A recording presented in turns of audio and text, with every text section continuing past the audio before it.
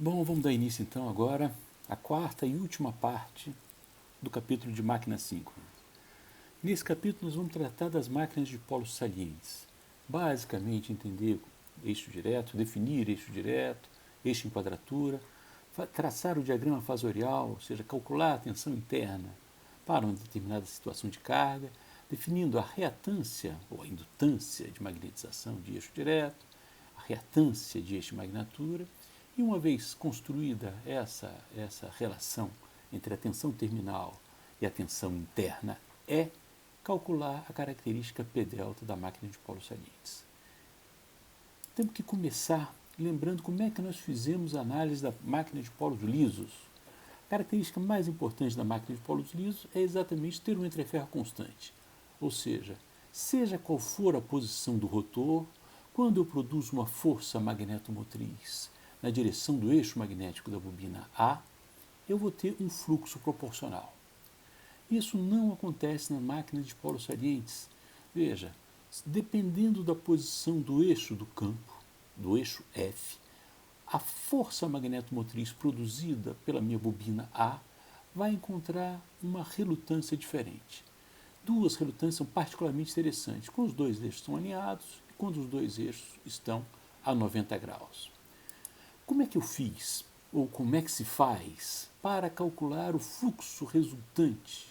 Basicamente você fala, olha, tem o campo, a força magnetomotriz do campo, com um fluxo relativo que produz 90 graus atrasado, uma tensão que a gente chama de tensão de campo, tensão E. A essa tensão de campo a gente diz, se tiver uma corrente circulando, a corrente circulando IA, ela pode estar em qualquer fase, já vimos isso, pode estar adiantada em relação a E, atrasada em relação a E, mas se eu calcular um IA, essa corrente, junto com as demais correntes do estator, produz o que a gente chama de força magnetomotriz de reação da armadura.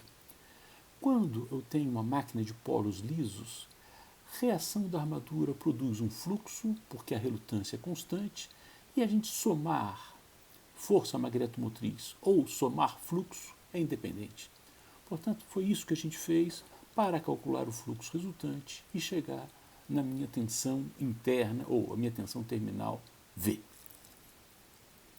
Na nossa máquina de polos salientes é diferente.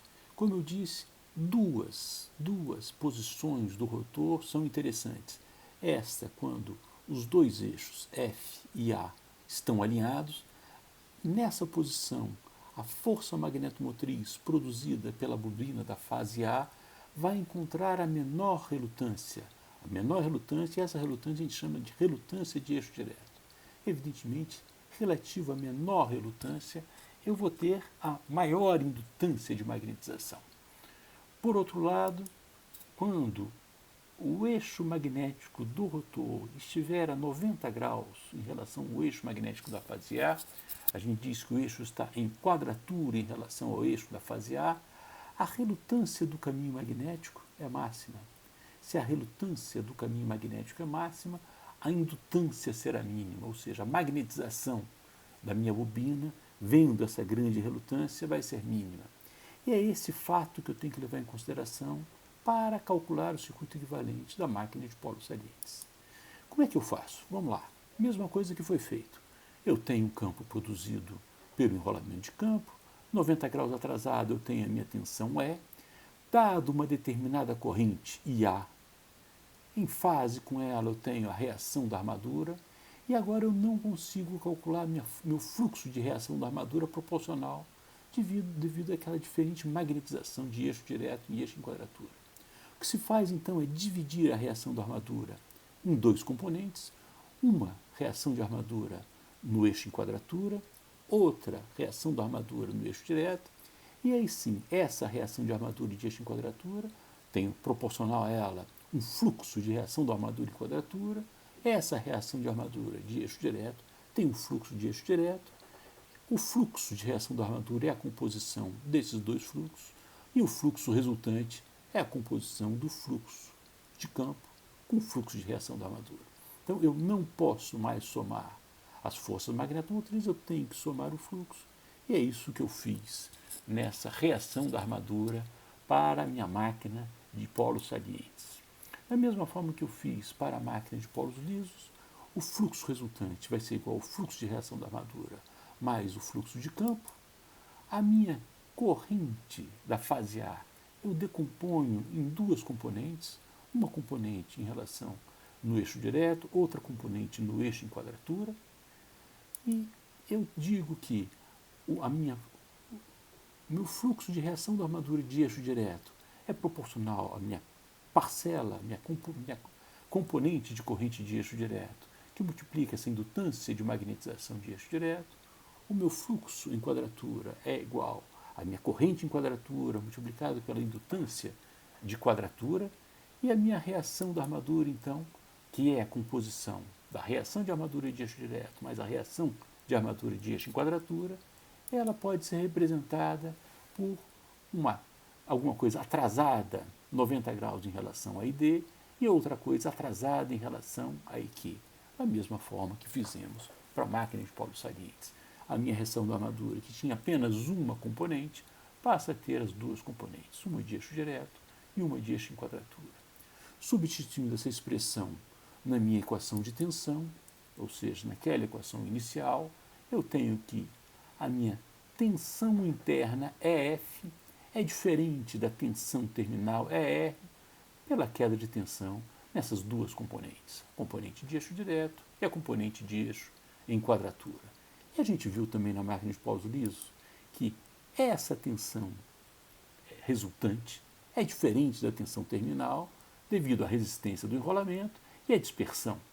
Portanto, para terminar a nossa composição, a gente define como reatância de eixo direto a magnetização de eixo direto mais a dispersão, reatância de eixo em quadratura, magnetização de eixo em quadratura mais a dispersão de eixo direto e quadratura em geral é considerada a mesma.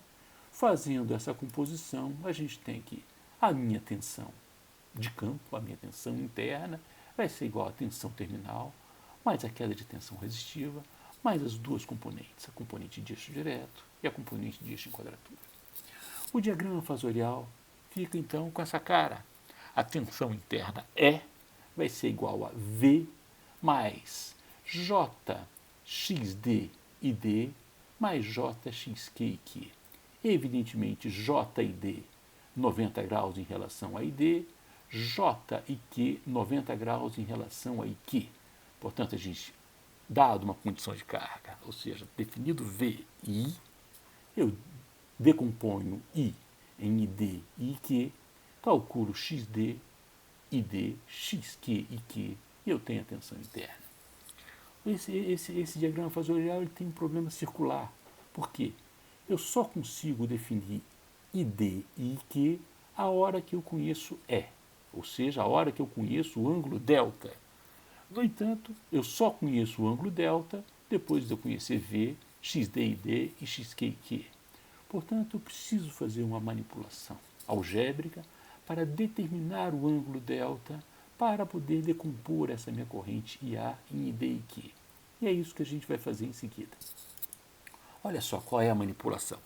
Basicamente, eu pego a minha equação, que é esta aqui, somo nessa equação zero, JXQID menos JXQID. Então, somei zero, não mudei nada a minha equação. Se eu somei zero, a gente vê aparecer aqui JXQ e Q mais JXQ e D. Como IQ mais ID é igual a IA, esse termo passa a ser XQ e IA. E aqui aparece JXD menos XQ e D. Portanto, a minha equação, sem alterar nada, pode ser escrita dessa forma. E a grande vantagem de escrever a equação dessa forma é que a gente vê que J e D está em fase com EF. Portanto, esta parcela também está em fase com a minha tensão interna.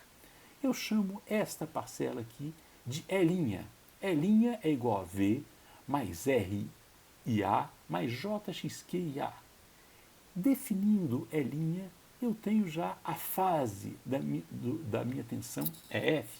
Portanto, EF vai ser igual a E' mais, evidentemente eu consigo calcular do delta, calcular quanto que vale D, e aí eu termino o meu problema fazendo XD menos XQ e D. Um diagrama facilita um pouquinho essa análise. Então, eu tenho a minha condição de carga, V e I definida, aí eu faço e calculo a linha, eu faço V mais JXQ e A. Quando eu faço JXQ e A, eu defino E', portanto eu defino o ângulo delta. A hora que eu defino o ângulo delta, eu consigo calcular IQ e ID. Uma vez calculado ID, eu calculo essa parcelinha aqui, que é chamada de JXD menos XQ e D. Então, assim, a gente termina e consegue calcular. Acho que um exemplo pode simplificar isso aí. Pegando um exemplo, eu peguei uma máquina funcionando com um motor. Com dado XD igual a 1,2, XQ igual a 0,8, XD é sempre maior do que XQ. Definindo uma condição de carga, eu quero calcular a tensão interna E. Basicamente, considera-se os valores de base. Considerados os valores de base, eu sei quanto que vale V, eu sei quanto que vale I. Sabendo V e I, calculo quanto que vale E', portanto, eu defino delta. Definido delta, calculo ID, e aí faço a correção de E, através de E' mais aquela parcela que a gente considerou. Para terminar, eu queria considerar agora a característica P delta das máquinas de polos salientes. E é um pouco mais complicado do que a gente viu para polos lisos, e a gente faz algumas manipulações algébricas fáceis de ver. Uma fácil de ver é essa aqui. V seno de delta é igual a XQI cosseno de delta. Evidentemente, V seno de delta é isso aqui, que é igual a XQIQ, claro. Agora, quanto que vale IQ? IQ, evidentemente, é I e A cosseno de delta menos φ. Lembre que φ é negativo, portanto, delta menos φ equivale a esse ângulo. Cosseno de delta menos φ é isso, portanto, esse cara aqui é igual a xq e q. Aí eu consigo determinar cosseno de delta menos φ. Da mesma forma, eu consigo determinar quanto que vale E cosseno de delta. E cosseno de delta menos V, desculpa, E menos V cosseno de delta é xd e D.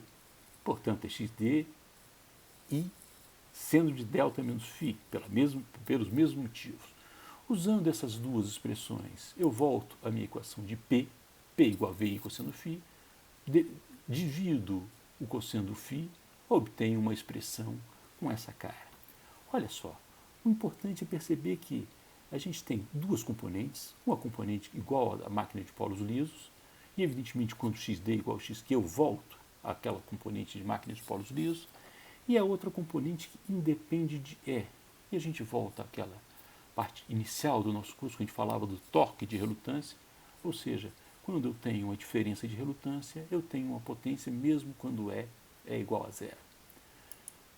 Eu consigo fazer a mesma coisa para a potência reativa, e eu traço uma curva P delta com essa minha característica, mostrando então que quando E é igual a zero, eu tenho uma componente de potência, quando E é igual a 1PU, eu tenho uma potência um pouco maior, e meu ângulo delta de estabilidade estática é um pouquinho menor do que 90 graus.